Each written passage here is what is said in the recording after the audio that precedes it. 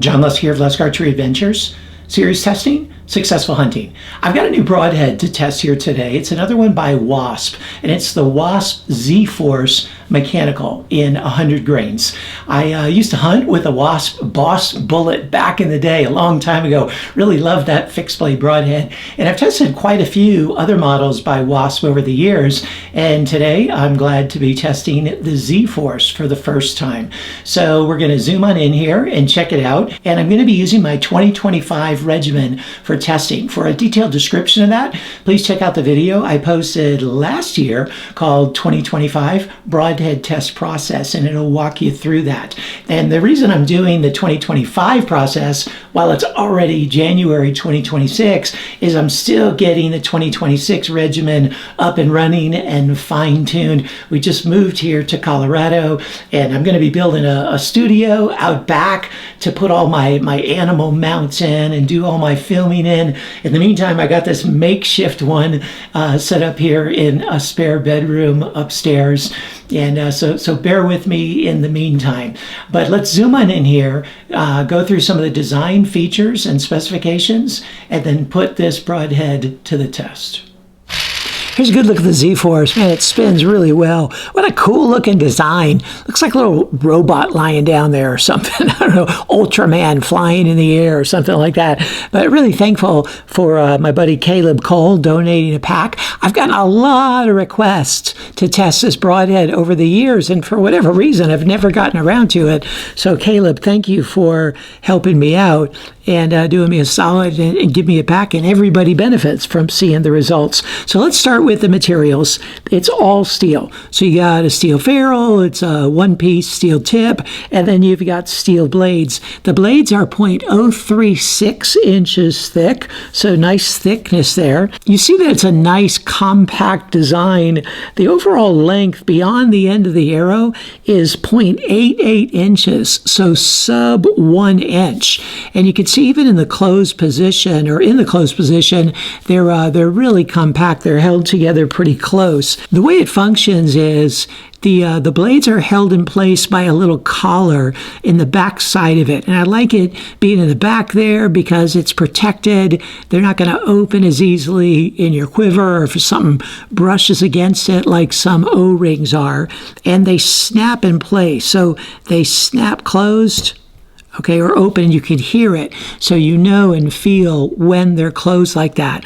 And there's a ball bearing system that's really unique to this broadhead that allows them, upon impact, these right here, impact on these three blades, they open up and they're forced back and they slide back, and they open up to their full cutting diameter of 1 5/8 inches. So that's a really nice size cut, just over 1.5 inches, and you've got three blades doing it. So that adds up to 2.44 total inches of cut there. And the chisel edge of the tip lines up with each of the blades just to keep a continuity of cutting line, like a line of cut, which is going to aid in penetration. The price of these comes out to a 3-pack of for $15.33 per head. And for resharpening, I'd use a Stay Sharp guide called The Answer. That's their catch-all. Kind of works with almost every broadhead, and it works well with these. So really look forward to putting these Z-Force to the test and seeing how they perform.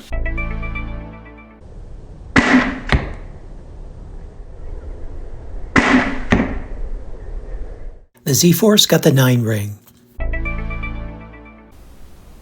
It took 166 grams of force to cut through the wire, which is a 10 on a 10-point scale, plus a proportional bonus of 0.34 points for being under the threshold of 200. It penetrated 8 inches, which is an 8.88 on a 10-point scale. And here you can see the blades open fairly well. They just about reach their full cutting diameter of 1 5/8 inches. And then they settled back down a little bit and remained about 3/4 of the way opened throughout the penetration into the gel. It took an additional 42 grams of force to cut through the wire, which is a 9.16 on a 10-point scale. It penetrated through 51 layers, which is a 7.29 on a 10-point scale. Here it is after just one shot into the MDF, and unfortunately it lost 2 of its blades on the very first shot into the MDF, which is really rare. So it gets a 1.6 on a 10-point scale for that.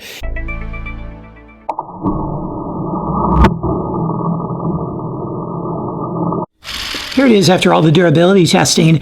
Now this was really disappointing, to be honest. I had high hopes for this head. It lost 2 blades on the very first shot through the MDF. That puts it in the category of one of the weaker heads I've ever tested. So I didn't shoot it into the steel plate for that reason, because I didn't want to pick out the rest of this blade from my target. And then I went ahead and shot it into the center block, and it held together well, relatively well, into the center block. This short, stout ferrule did pretty good with that. You can see it got a bit of a bend to it. But there it is. Overall, really disappointing blade strength and blade retention strength, even just through something as kind of easy, quote unquote, as one shot in the MDF. So what'd you think? Hey, there's a lot to like about the Z-Force, and I can see how a lot of people would really like it. And I imagine, by and large, it's going to perform relatively well in animals. But man, the durability is just so lacking. The blade retention system is just tremendously weak, at least in the ones that I tested. So unfortunately, they're not the kind that I would have confidence in to put in my quiver. But if they work out for you, more power to you. But you check out the performance and how it did in the areas that matter to you the most, and see if this might be a good fit for you. I'll post all the test results in the description of this video, as well as I'll update the spreadsheet for each broadhead test that I do in 2026. I'm going to be updating the spreadsheet, putting a link to it in the video description so you can compare it to all the other heads that I've tested. And stay tuned. I'll put the summary of the score sheet as well as the corresponding Lusk grade in just a minute, as well as stay tuned for a list of all the discount codes that I can offer just to help you save some money. Hey, thanks for tuning in. Look forward to seeing you next time.